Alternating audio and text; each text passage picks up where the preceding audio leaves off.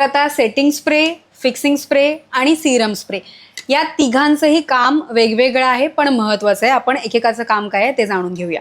आता सगळ्यात आधी सेटिंग स्प्रे. सेटिंग स्प्रे हा तुम्हाला तुमच्या मेकअप स्टेप्सच्या अधेमध्ये तुम्ही वापरू शकता.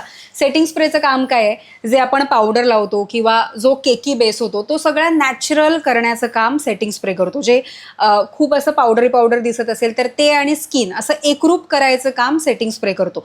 सेटिंग स्प्रे तुम्ही अधेमध्ये कुठेही वापरू शकता.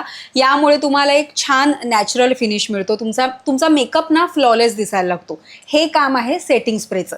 त्यानंतर आहे फिक्सिंग स्प्रे. जसं मी आता तुम्हाला म्हणाले की सेटिंग स्प्रे आपण अधेमध्ये कुठेही वापरू शकतो, तसं फिक्सिंग स्प्रे कुठेही वापरायचं नाही. फिक्सिंग स्प्रेची स्टेप डायरेक्ट शेवट मेकअप लॉक करायला.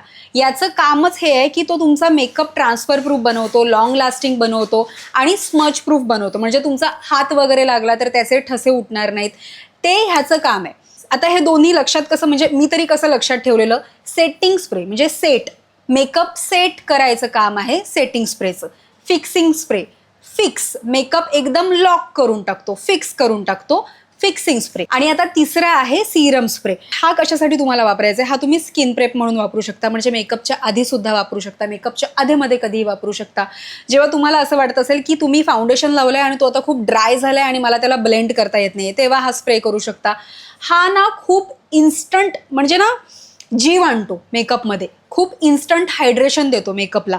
हे काम आहे याचं. आता तुम्ही नोटीस केलं तर या तिघांचंही काम खूप महत्त्वाचं आहे आणि तिघांचंही काम वेगवेगळं आहे. सो आता आय होप तुम्हाला हे setting spray, fixing spray, serum spray या तिघांमधलं कन्फ्युजन दूर झालेलं असेल. एकदम तिन्ही स्प्रे नाही विकत घेतले तरी सुद्धा चालेल, पण तुमच्या गरजेनुसार कोणत्या तरी स्प्रेपासून सुरुवात करा. कारण हे जे स्प्रे आहेत ना ते तुमचा मेकअप गेम सगळा चेंज करून टाकतात. एवढी पॉवर आहे त्यांच्यामध्ये.